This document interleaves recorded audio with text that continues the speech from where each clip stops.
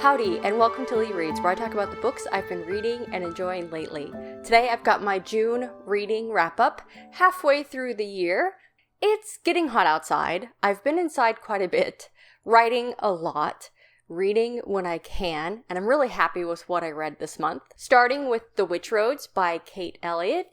If you missed it, I had Kate Elliott on the channel earlier this month. We talked about writing and her work and her new book, The Witch Roads. I'm really proud of that video. It was different for me. It was really scary because I've never done an interview before, but I just had such a great time chatting with her. I know it's a long video, but if you like her writing at all or are interested in the process of writing, especially fantasy and world building and all that stuff, go check it out. But The Witch Road itself is part one of a duology. It's an adult fantasy. It follows this deputy courier, Ellen, as she has to take this imperial party on kind of a shortcut. They're out at the fringes of the empire, and this imperial party shows up. They're on a mission. It's quite secretive.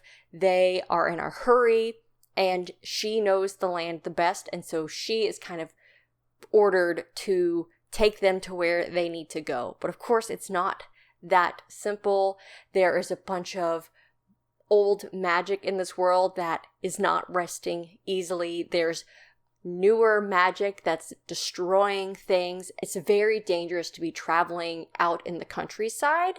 And it's not just these perils out in the environment that are dangerous, but it could be the haunts, the own perils that we invite in ourselves. I found that this was a fun book. It was fast-paced, but it still had excellent world building. I loved the characterizations. Like, the stakes are personal, but yet what happens here will impact others.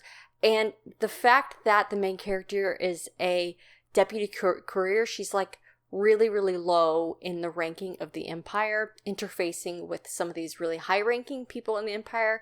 You are kind of seeing the importance of day-to-day workers, day-to-day life, and how they kind of sustain civilization. And we see that through the eyes of this courier who just is carrying messages from community to community, and how her knowledge becomes so vital to this bigger mission. I'm really looking forward to picking up the second part of the duology. I've already gotten approved for an e-arc. I just need to carve out some time to get to it. Another adult fantasy that I've been seeing kind of all over the place on BookTube is The Raven Scholar, and this was highly anticipated for me. It follows the Emperor's head scholar as she is trying to solve a murder. Every 24 years, the Emperor is supposed to step down, and there's this week-long tournament where one person from each of these different factions within the empire come forward and are competing to become the emperor. So whoever wins this trial becomes the emperor, and one of those contestants is murdered. Not only does the main character have to figure out what's going on here, but she also gets pulled into this tournament as well. It's very interesting because there's a lot of history between her and the other contestants that is definitely complicating things. Again, this is another one with unique world building. I loved the different sides of like the gods that we see here, because each of the different factions is led by a different god, and so they're kind of pitting themselves against one another, and yet they each have their own strengths. So it's looking at how those different strengths work well for the empire when combined.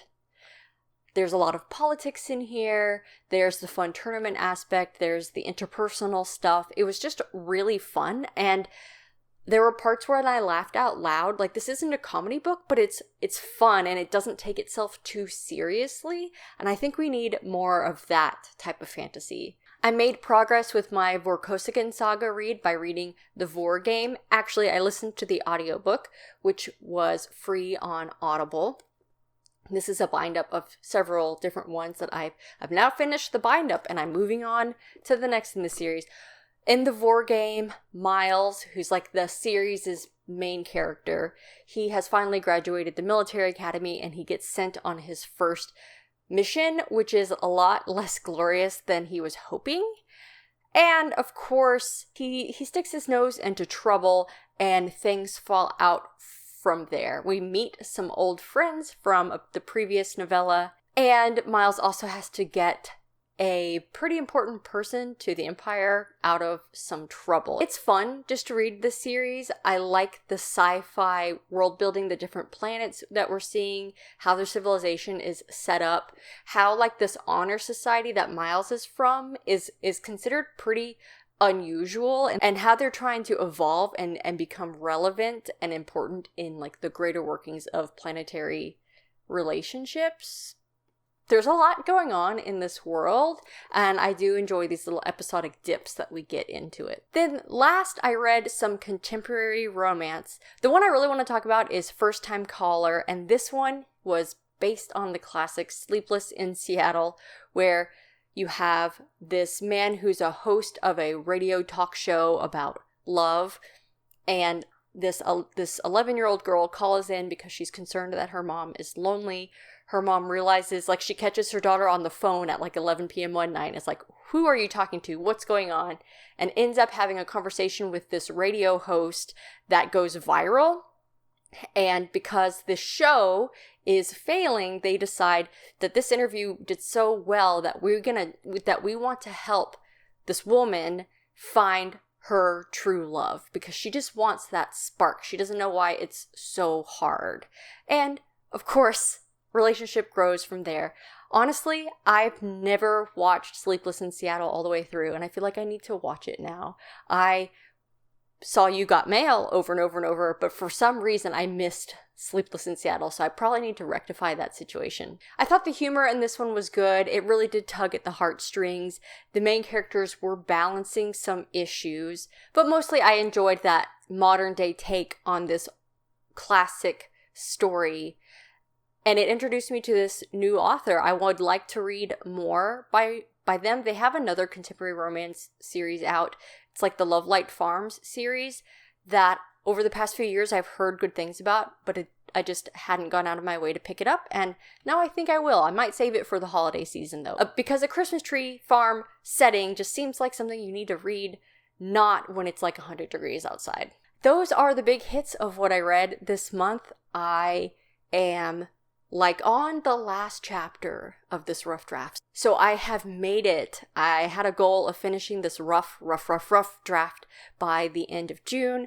I'm going to succeed at that, and it'll be able to free up some more mental space for picking up more fantasy and ambitious works. There's some science fiction that I really want to read as well, just to kind of refill the well a little bit before I go in and start like revising this book and making it like a real thing. Thank you so much for watching. I hope that you enjoyed this video, and as always, don't forget to support your local library. Thanks.